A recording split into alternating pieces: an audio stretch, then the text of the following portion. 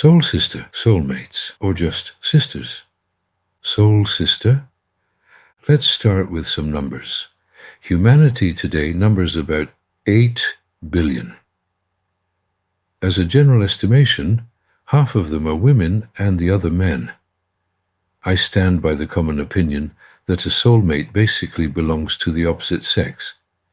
If we divide these 4 billion of any category into the 4 age groups, we have 1 billion people in each group of people who are, of course, scattered at the 4 points on the horizon. So, finding a soulmate, according to those who believe in such a thing, at least statistically, is impossible. Being born in the same place and time is like winning a cosmic lottery. And I ask, how come so many believe they have already found their soulmate? Have they found something else? Or does this belief also have another interpretation?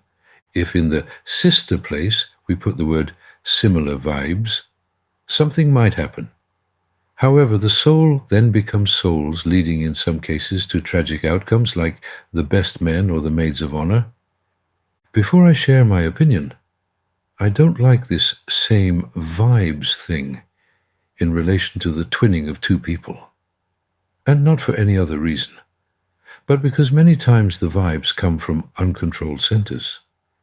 Adding reincarnation to the above encounters would require such a powerful computer to do the math that would take up galaxies, to say the least. It's time for me to share my point of view. Initially, I do not accept reincarnation, but my readers know that already. For me, and as always just for me, the soul has nothing to do with divine powers, but is a form of material creation. So, the term soulmate loses its first part. Anyway, without being too critical, let's focus on the concept of the term and explore its potential meaning. The decoding of the original sentence needs the reference to collectivities and even intellectual ones. I have referred to these collectives elsewhere. I need to mention that I believe these sets exist on a higher level of consciousness. The human being, therefore, has many chances to meet with other beings of the same family. That is, of the same collective of this other level of consciousness.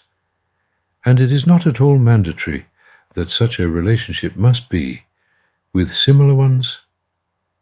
This meeting will simply help him complete the path he is taking as an individual, but even if he has the misfortune of not meeting members of his own family, he will still send and receive power from its core.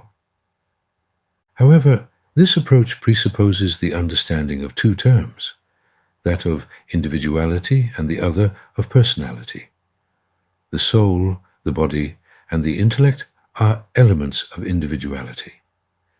It is one thing that works with this trinity, like one body that feels and thinks. Don't look for soulless people. We all have one, and it shouldn't differ much in its basic functions. We stand out because, through the processes of life, we have trained ourselves to behave like human beings. And this is accomplished by the higher spark, which dwells in the human form and which gives it a special ability to grasp and serve the plan of creation. This, the higher spark, appears as a personality and is characterized by no element of separateness. So attraction to another person has many sources.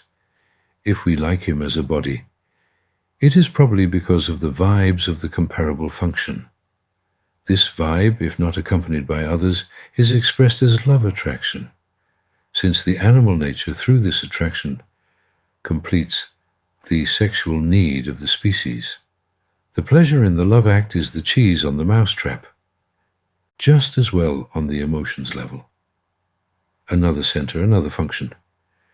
But not because we carry as a foreign body a soul that is looking for its sister, or why not its sisters. According to the theory's followers, what does it do when it finally finds it?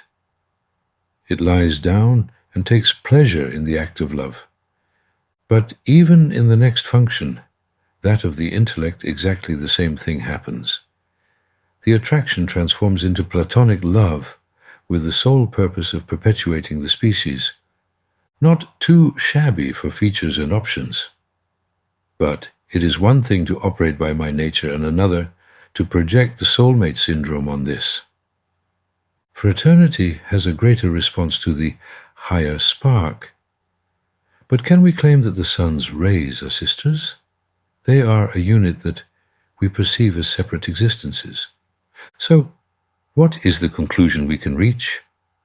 The body, the soul, and the spirit are expressions of our individuality, and there are thousands of people who emit similar vibes at harmonic frequencies.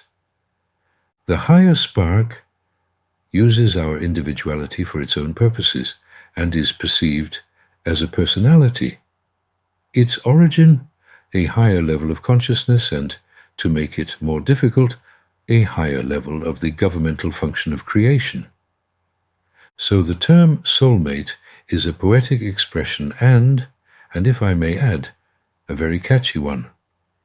Nowadays, it is very common and is used when we want to avoid simply stating the truth about the attraction we feel as humans for other humans.